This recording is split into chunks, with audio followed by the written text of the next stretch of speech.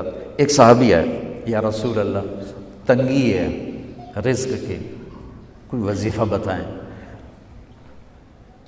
کتنے لمبے لمبے وظیفے لوگ پڑھ رہے ہیں کہ کاروبار کھل جائے اور روزی بڑھ جائے. کتنے لمبے چوڑے، کتنے کتابوں میں ایڈے ایڈے بڑے وظیفے لکھے پہ، پڑھوں جو بندہ بڈھا ہو جائے.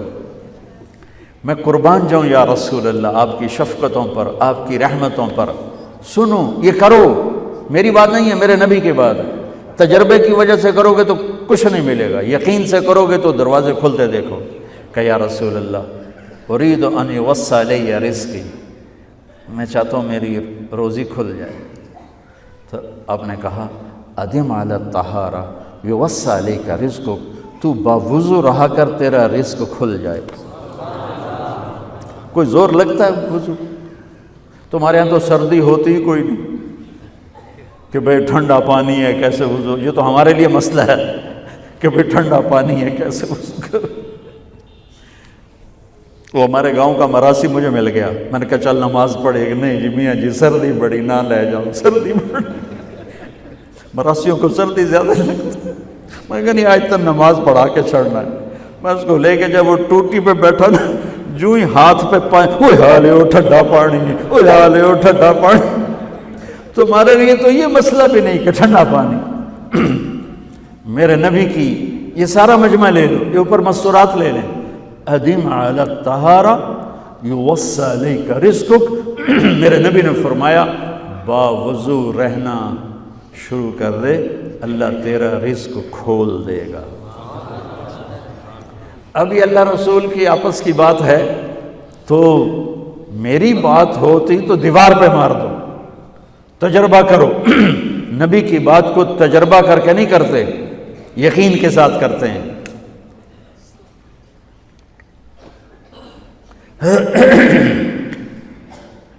ادم علی الطہارہ یوسع علیک رزقک، باوضو رہا کر.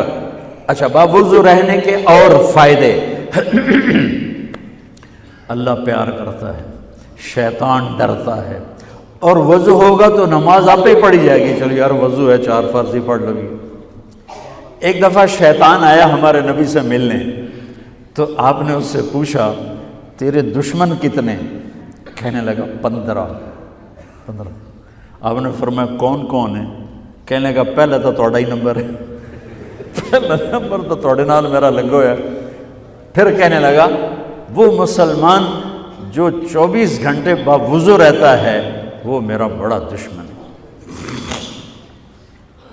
جو باوضو رہتا ہے اور باوضو سوتا ہے، ایک فرشتہ اس کے لیے بندگی کا ثواب لکھتا رہتا ہے. خیر واپس آتا ہوں. میرے نبی نے فرمایا 4 باتیں لے لو اور دنیا بھی تمہاری آخر. ساری PIA زندہ ہو جائے گی، ساری اکانومی زندہ ہو جائے گی، ساری معیشت زندہ ہو جائے گی. 5 بھی نہیں، ایک انگلی بھی آپ نے نیچے کر دی، کہیے بس اتنی لے لو. حفظ و امانت، صدق حدیث، حسن خلیقت، عفت فی طعمت. کیا خوبصورت. ساری زندگی کسی کو دھوکہ نہ دینا، دیانت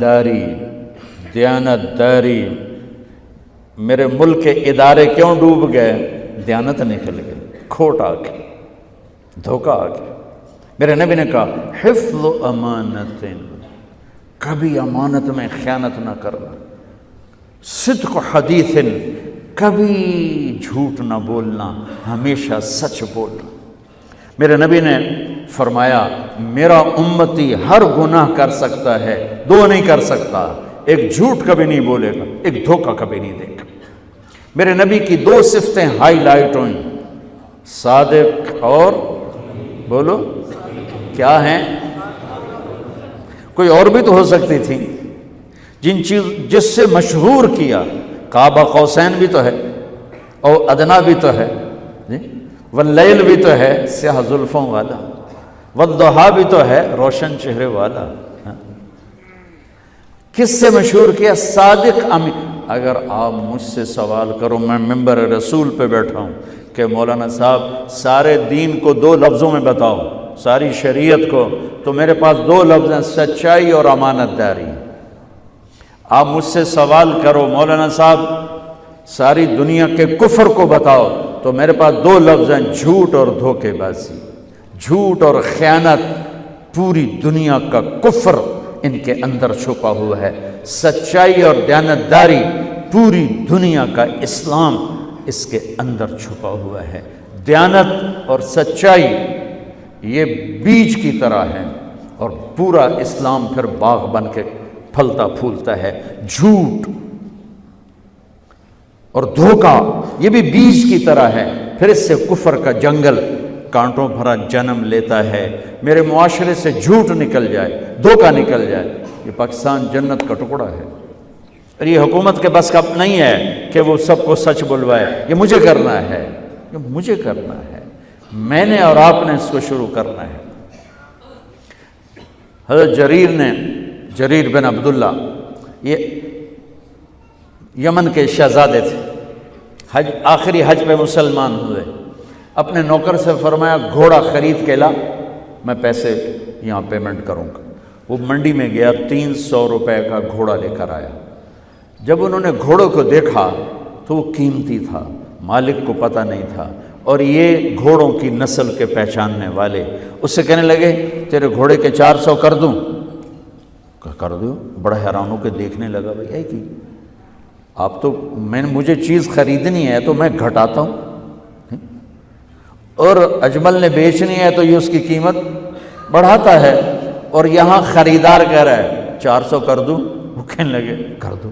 کہ 500 کر دوں؟ کہنے لگا کر دو۔ کہ 600 کر دوں؟ وہ تھوڑا تھوڑا گھبرانے لگا، بھئی یہ چکر کی ہے۔ 700 کر دوں؟ 800 کر دوں؟ وہ کہنے لگا حضور تسی لینا تے لو، پر میرا مذاق تھا نا، تسی اٹھو کدی لین والے بھی پیسے بتائے، تسی میں نے 300 دیو میں جاواں۔ کہنے لگے اس کو 800 دے دو اور گھوڑا باندھ دو۔ وہ حیران خوشی سے چھلانگے مارتا ہوا گیا۔ تو جب وہ چلا گیا تو نوکر نے پوچھا میں جب 300 میں سودا کر کے آیا تھا تو 500 کس خوشی میں بڑھائے؟ فرمایا میرے بھائی اس کے گھوڑے کی قیمت 800 تھی، 300 نہیں تھی، اور میں نے نبی کے ہاتھوں میں ہاتھ دے کے یہ وعدہ کیا تھا زندگی بھر کسی کو دھوکہ نہیں دوں گا، سب کی خیر خواہی چاہوں۔ تو بھائیو میرے اداروں میں کس ٹیلنٹ کی کمی نہیں، صلاحیتوں کی کمی نہیں، دیانت کی کمی ہے،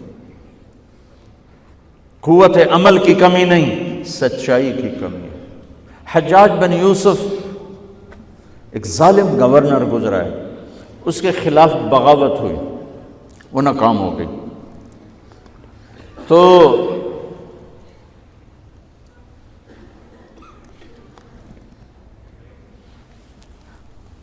کوفہ میں ایک بزرگ رہتے تھے، ان کے بیٹے اس بغاوت میں شریک تھے۔ وہ چھپتے چھپاتے کئی سال کے بعد واپس آ گئے۔ ابن خراش ان کا نام تھا۔ ان کی سچائی مشہور تھی کہ ابن خراش جھوٹ نہیں بولتا۔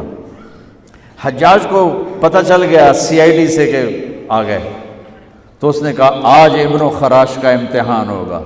اس کو کھانے پہ بلایا، عنوان ہی نہیں بنایا تفتیش کا، کھانے پہ بلایا اور کھانا شروع ہو گیا۔ باتوں باتوں میں کہتا ہے ابن خراش آپ کے بیٹے ہمارے خلاف لڑ کے بھاگ گئے تھے، کوئی پتہ ہے؟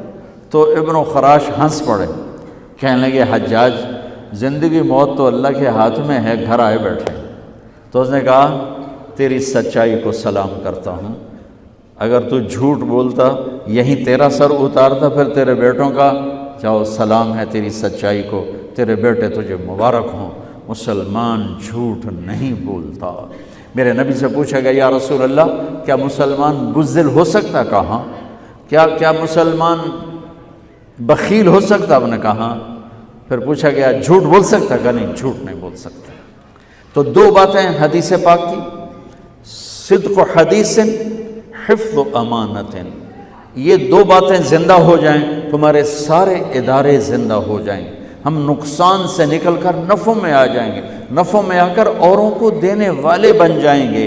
اس ملک میں اتنے خزانے اللہ نے چھپائے ہیں، اور اس ملک میں اتنے اللہ نے استعداد والے لوگ پیدا فرمائے ہیں، صرف 2 چیزوں سے ہم مار کھا رہے ہیں، ہمارے جو ادارے ڈوب رہے ہیں، وہ گلگت سے لے کر گوادر تک، اس میں وسائل کی کمی نہیں، سچائی کی کمی ہے، دیانتداری کی کمی ہے، اور یہ ریلیٹڈ ہے رب ہونے کے ساتھ کہ ہم نے اللہ کے رب ہونے میں شک کیا تو ہم غلط راہوں پہ چل پڑے۔ رب تو اللہ ہے، دینے والا تو اللہ ہے،